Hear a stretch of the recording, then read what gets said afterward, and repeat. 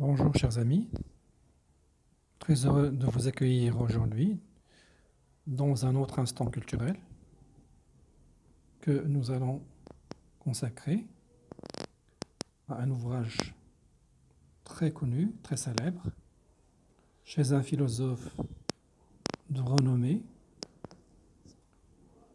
Il s'intitule Critique de la raison pratique de son auteur Emmanuel Kant, chez les éditions Folio Essai. Alors un petit mot sur l'auteur, pas besoin de le présenter bien entendu, mais juste pour rappeler. Emmanuel Kant, un grand philosophe allemand, naquit en 1714 à Königsberg, en Allemagne, en Prusse, une famille modeste.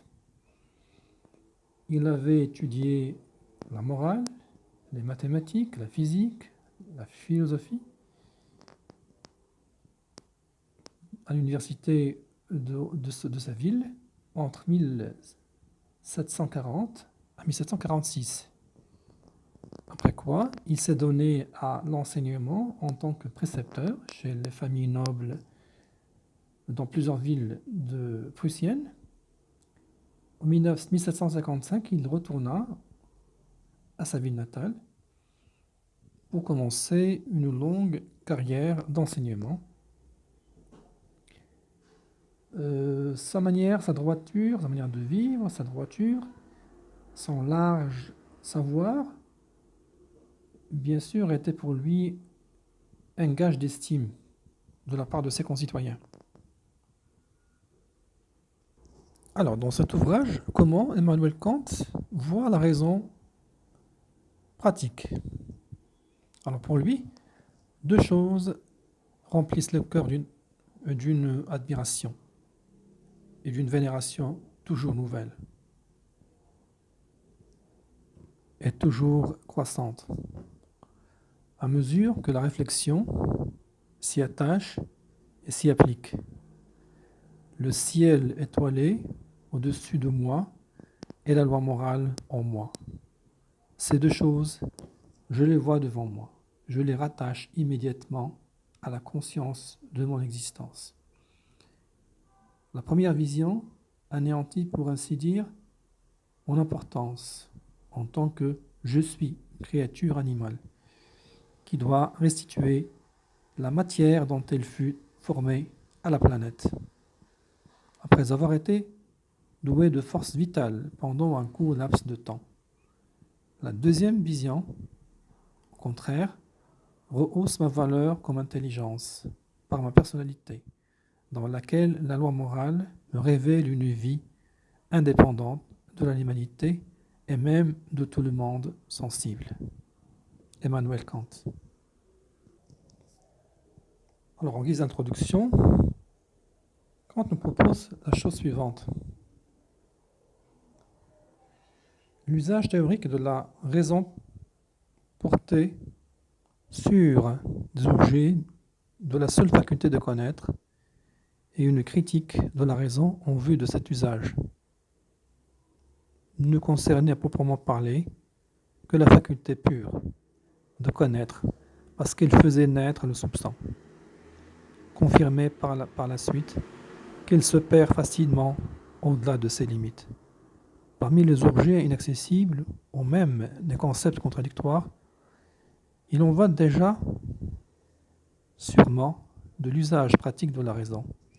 Dans cet usage, la raison s'occupe des principes déterminants de la volonté, qui est un pouvoir soit de produire des objets correspondants aux représentations, soit de se déterminer, du moins soi-même, à réaliser ces objets, que le pouvoir physique soit suffisant ou non, c'est-à-dire de déterminer sa causalité. Alors pour Kant, quels sont les principes de la raison pratique? Il définit ces principes comme étant des propositions renfermant une détermination générale de la volonté dont dépendent plusieurs règles pratiques. Ils sont subjectifs ou sont des maximes lorsque la condition est considérée par le sujet comme valable seulement pour sa volonté. Mais ils sont objectifs ou sont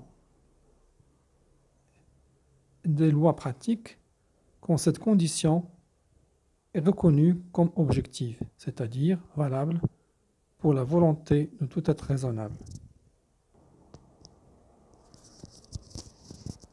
On compte aussi l'autonomie de la volonté est l'unique principe de toutes les lois morales et des devoirs conformes à ces lois. Au contraire, toute hétéronomie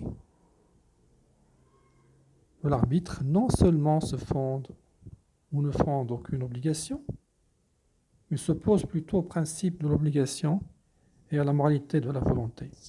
C'est en effet dans l'indépendance à l'égard de toute matière de la loi, c'est-à-dire à l'égard d'un objectif désiré, et pourtant, en même temps, dans la détermination de l'arbitre par la simple forme législatrice universelle, dont une maxime doit être capable, que consiste l'unique principe de la moralité. Or, cette indépendance est liberté au sens négatif, alors que cette légitimation, ou plutôt législation propre de la raison pure est comme telle pratique et liberté au sens positif. Donc, pour contre, la loi morale n'exprime donc pas autre chose que l'autonomie de la raison pure, pratique, c'est-à-dire de la liberté, et celle-ci est même la condition formelle de toutes les maximes, condition à laquelle seules celles-ci peuvent s'accorder avec la loi pratique suprême. Si donc la matière du vouloir qui ne peut être autre chose que l'objectif d'un désir lié à la loi pénètre dans la loi pratique comme condition de la possibilité de cette loi, celle-ci devient hétéronomie de l'arbitre, c'est-à-dire une dépendance à l'égard de la loi naturelle qui contraint de suivre une impulsion ou une inclination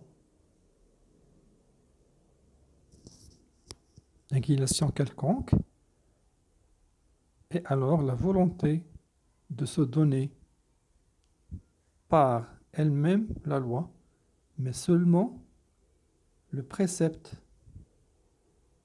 de suivre en faisant usage de la raison, des lois pathologiques. Toutefois, la maxime qui ne peut jamais ainsi inclure en soi la forme universellement législatrice, non seulement ne fonde de cette manière aucune obligation, mais s'oppose même au principe d'une raison pure pratique, et par suite aussi à l'intention morale, quand bien même l'action qui dérive serait conforme à la loi. Merci de votre attention.